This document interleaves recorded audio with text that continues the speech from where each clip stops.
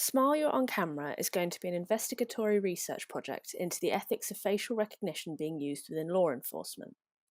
This project will look to investigate the ethical challenges facial recognition and its mass deployment has on several areas, including privacy and ownership of FRT data, the racial and gender bias of FIT from the training sets used to program the software, how and where the AI is deployed and to what scale, and how this links into the concept of predictive policing.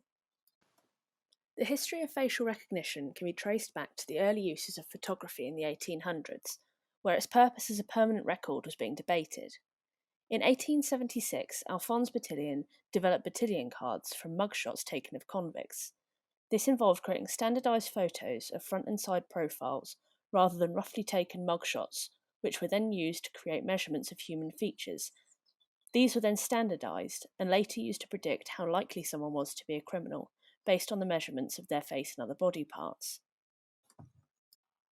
Jumping forward nearly a century from this point, in the 1960s, after Ivan Sutherland invented the first interactive computer drawing program, Woodrow Wilson Bledsoe, who is often referred to as the founding father of facial recognition, used this software to hand draw proportion analysis on facial pictures. Bledsoe was one of the founders of Panoramic Research Incorporated, which during the 1960s were discovered to have been working closely with the CIA on MKUltra, the research project into the possibilities of mind control, which resulted in much of Bledsoe's work not being easily accessible. Bledsoe and operators used a RAND tablet to draw the proportion analysis of thousands of pictures of faces, registering aspects such as the centre of pupils, corner of the eye, and other defining pinpoints. This was then fed to a computer of 20 separate distance points, which were able to be processed around 40 pictures an hour. The main aspect of this early work is that these biometrics were required to be computed manually. Bledsoe's work was then further built on in the 1970s by Goldstein, Harman and Lesk, where 21 specific subject markers, including dimensions such as lip thickness, were then included in this process.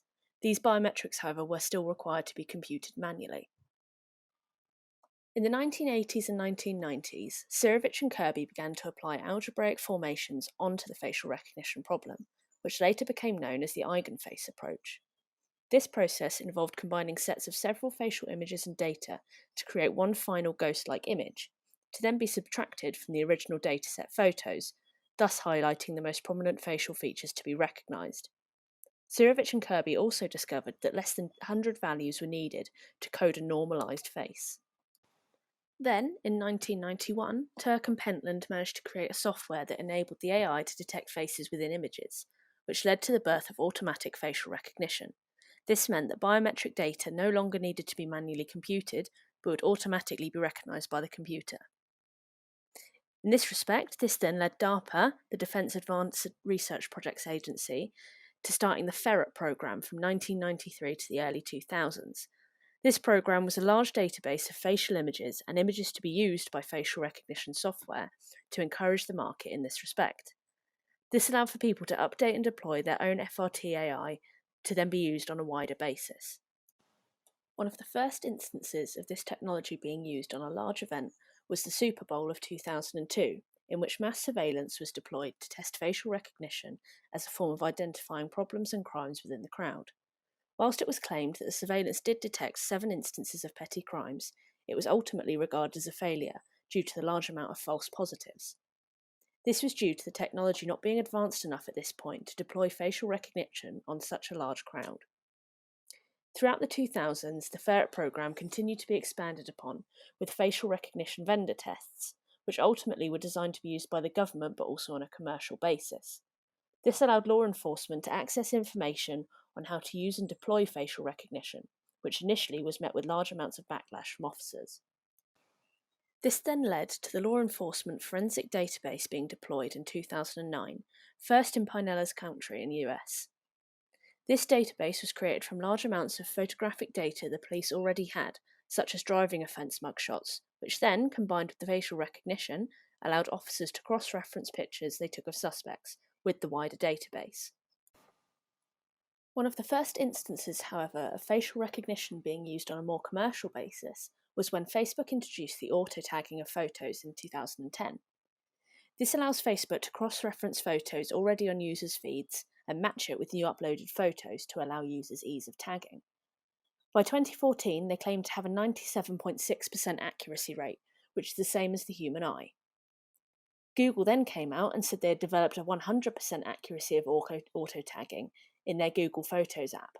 However, this ultimately led to a large scandal and an example of racial bias within facial recognition.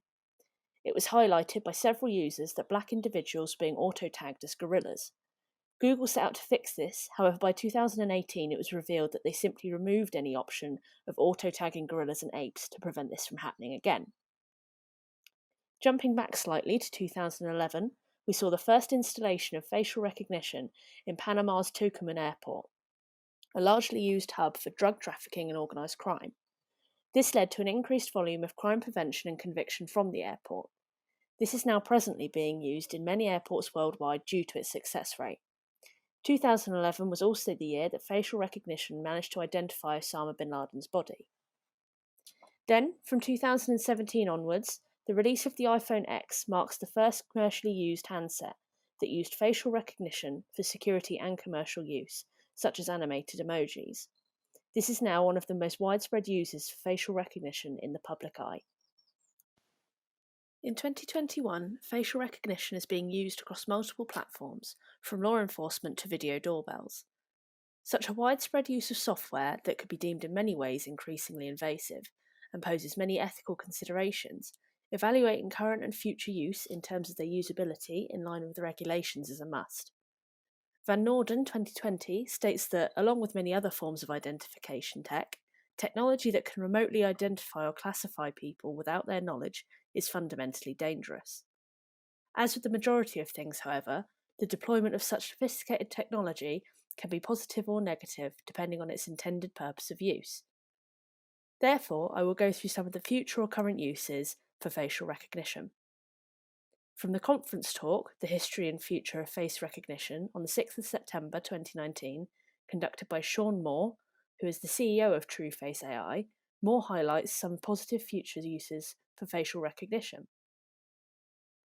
Efficiency of travel was the first point, which from previous implementations of facial recognition in airports, we can see that this was hugely successful in not only tackling crime within airport borders, but also has cut the boarding time in half. Moore states that boarding time in LA since the widespread use of FRT has gone from 50 minutes to 25. Tackling the organised crime in airports has been down to a combination of the facial recognition technology, but also the use of predictive policing method that Eckbert 2018 describes as near-repeat hypothesis, where individuals passing through the airport in this case with known convictions may be investigated to prevent the crime from happening or being completed in the first instance. Under the guise of simplifying and speeding up airport check-ins, however, the ethical consideration to be taken here is that assuming an individual who is on the police database is committing a crime in the airport is targeted assumption, and if the individual is not committing a crime, they have in that instance been wrongfully accused. Due to the racial bias evident in facial recognition also, supported by Rusi 2020, who explains that facial analysis systems are more likely to misidentify darker-skinned female faces, could therefore lead to inaccurate flagging or false positives in minority groups. Secondary to this, Moore mentions that safety in schools and stadiums is another advancement FRT will take in the future. Particularly in America, where school attacks are a large problem, implementing software that would identify unauthorised persons in the buildings would give staff and security a greater amount of time to identify this person and get the children to safety. Ethically, however, this does pose the problem of having biometric data of many underage individuals on file. The debate would arise of who owns that data, be it the company deploying the software, the school, the parents, or the child themselves, and what this data would then further be used for. This could also cause issue if some parents choose to opt their children out of this, which would result in the system flagging these individuals constantly or needing these individuals not to be in the school at all. A third use is the deployment of facial recognition to prevent fraud within banks, and this is a very real possibility in future. Much like recent iPhone facial passwords, scans of your face could also be used to withdraw money from the ATM, authorise payments, and many other banking services rather than PIN and password security. Problems, however, that may arise from this include the inability to use these services if the facial recognition software is not 100% accurate, and also the fraud that could arise then from progressively more advanced deepfakes. This is similar problems for the fourth and fifth aspects highlighted by Moore for password convenience and security. However, in relation to incorrect identification, it is probable that other methods to then verify yourself will be deployed, such as keeping bank cards or keys available for use. The main topic of focus, however, for my research is the use of this technology within law enforcement, particularly in relation to predictive policing. One of the most publicised examples of facial recognition in law enforcement is the implication of state of surveillance in China's Xinjiang province. Mass surveillance systems have been deployed with very advanced facial recognition systems for several reasons. One use of this is that Campbell 2019 highlights in the use of social point scoring system in the eastern coastal city of Rongcheng. This system gives each resident 1,000 points automatically, and these points can be added or subtracted depending on the deeds you complete in day-to-day life that are picked up by the cameras. Whilst from a Western perspective, this idea poses as a huge invasion of privacy and resembles an episode of Netflix's Black Mirror, many residents report actually feeling safer and are happy with the point system. In the Xinjiang province, however, Van Norden 2020 highlights that FRT is being deployed to specifically detect Uyghur faces, to place these individuals in mass detention centres, alongside detaining protesters opposed to this surveillance. In this instance, ethically rather than the facial recognition software itself being the source of the bias, it is the deployment and intentional programming of the software to recognise a specific ethnic minority that is producing bias. The use of facial recognition within law enforcement, however, is not limited to China, and as we can see from the previous history given surrounding facial recognition, this entered Western law enforcement back in the early 2000s in smaller ways. Met Police now are using LFR, which is live facial recognition, to locate missing persons and tackle serious violent crimes, which, combined with hotspot, near repeat, and risk terrain analysis, predictive policing, could be a very effective tool. However, Met Police must clearly signpost areas where LFR is being used, and have issued a statement explaining that avoiding these areas is not an offence or considered obstruction to avoid it. This seems counterproductive in many ways, as perpetrators of serious violent crime who are aware they are being searched for will more than likely avoid such areas. Egbert 2018 explains that it's impossible to determine a causal relationship between the new software and the reduction in crime rates, due to the crime rates being under many variables, which begs the question of the purpose in setting all of this up. Alternatively, if LFR is deployed instead on a mass scale, in which avoiding such cameras is near impossible, then the results may prove effective. Ethically, however, this then would come under even further scrutiny of invasion of privacy and the question again of who owns the data collected on individuals' faces. Moore 2019 in his conference attempts to explain that collection of facial recognition data on passers-by is not stored alongside any personal information, that the data collected is simply a mathematical template of the face or faces in question, which in turn is owned by the company as this is their owned product. However, when you deploy this against criminal investigations and government use, this data is and must be paired with personal details where possible, disproving this argument. One of the final ethical implications that I will speak about today of facial recognition in law enforcement is the bias evident in the training sets and thus the finalised facial recognition AI. Crawford and Paglen 2019 highlight the importance of well-developed training sets for FRT and that they are the foundation on which contemporary machine learning systems are built. Holmes 2020 suggests that when looking at major US technology companies' training software, 83% of the dataset was white and 77% of it male, and that in the 2018 study conducted by researchers at MIT found that FRT misidentified women of colour between 21 to 35% of the time.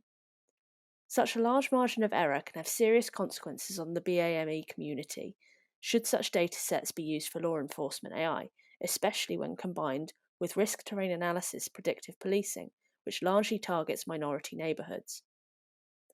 One way this bias is now being targeted, however, is the use of generative adversarial networks, GANs for short, in which training sets are being built from a software that can produce a face from any number of chosen characteristics. Using such software, would enable training sets of auto-generated people who do not actually exist to be used to train FRT on equal proportions of gender and ethnicity. This would largely improve the accuracy of FRT and would also save time in gathering public and private facial datasets. And these are the references that I've used for my presentation.